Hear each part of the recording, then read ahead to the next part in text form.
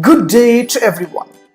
Today I would like to share how to get Wi-Fi password using your mobile phone. Let's see how to do that.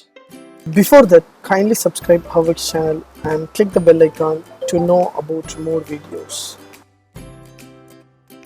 Yes, from my mobile, so I have connected with my Wi-Fi and mobile data, everything. So while I am on the online, so I don't know the password, I forgot the password. So I would like to get a Wi-Fi password.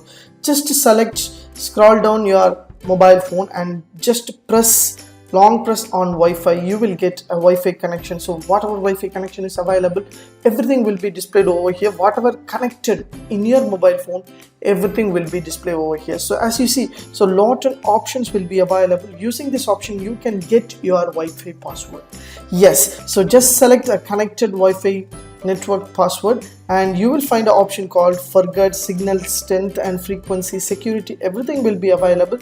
The security has the password. So the security has the password. If you want to see the password, if you forgot the password, if you want to see the password in the connected Wi-Fi, for example, if your friend is connected with your Wi-Fi, you want to see that password, what is the password is given to the Wi-Fi, just to select the share option.